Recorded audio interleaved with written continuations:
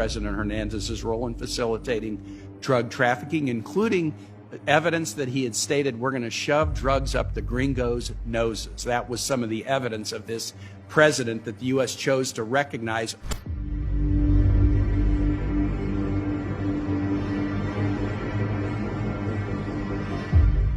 In the 2017 presidential elections in Honduras, there were huge irregularities. We want the OAS to be strong and be willing to call out problems throughout the region. We celebrate what the OAS has been willing to do, for example, with respect to Venezuela. But after the Honduran presidential election, the OAS called out the irregularities and said they were so severe that the recommendation from the OAS was that the election needed to be repeated so that those irregularities could be cured. The United States wants the OAS to be strong, but in that instance, the previous administration undercut the OAS. The OAS said the elections need to be rerun. I and other members of the committee came out in support of the OAS position. But the previous administration said, no, we're going to go ahead and recognize the new government anyway. And they recognized the re-election of President Hernandez because he had done a variety of things that the administration liked.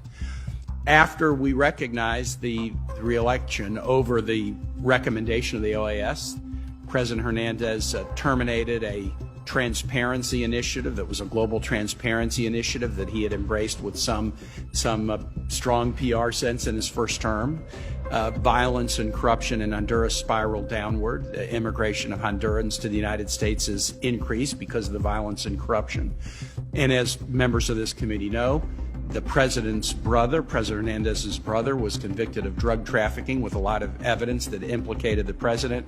And there was just the completion of a second sizable drug trafficking case in the federal courts of New York against an associate of President Hernandez, where there was much testimony about President Hernandez's role in facilitating drug trafficking, including evidence that he had stated, we're going to shove drugs up the gringos' noses. That was some of the evidence of this president that the U.S. chose to recognize over the OAS's objections. If we want the OAS to be strong, Mr. Secretary General, and we want the OAS to be able to take tough positions, it seems to me that the U.S. should be defaulting toward trying to support the OAS in that rather than undercutting the OAS's tough decisions when they make them. Share with us how we as a Foreign Relations Committee in the Senate can help the OAS be strong in the region to counter corruption, violence, and other ills that plague us. Thank you. Thank you very much, Senator King. It's true we identified irregularities in the Honduras election. We made them public. We called for a new election.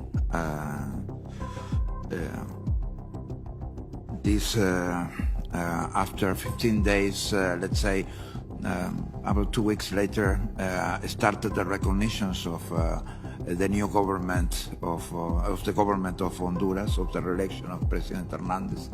So practically we were left talking alone about this matter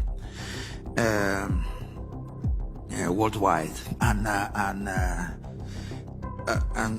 definitely that we paid a huge toll, because after that the mission of to fight corruption was not renewed, and of course we had to pick up our things. And Mr. Secretary General, when you say we paid a huge toll, we paid a huge price, you mean the OAS paid a huge price. The Honduran people paid a great price.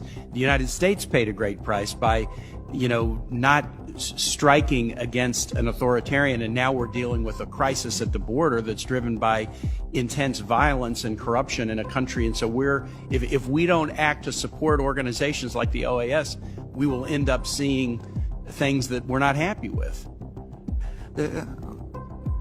I agree with you, because bad practices have to be eradicated from the very beginning, and the Honduras political system paid a huge price.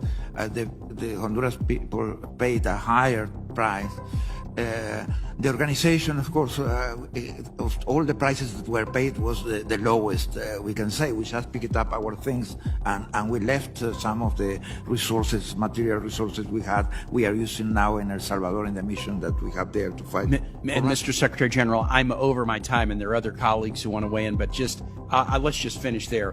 By not supporting the OAS at a critical moment when you were willing to show backbone, Hondurans paid a major price, the OAS paid a price, and the United States paid a price as well. I hope we might learn that lesson.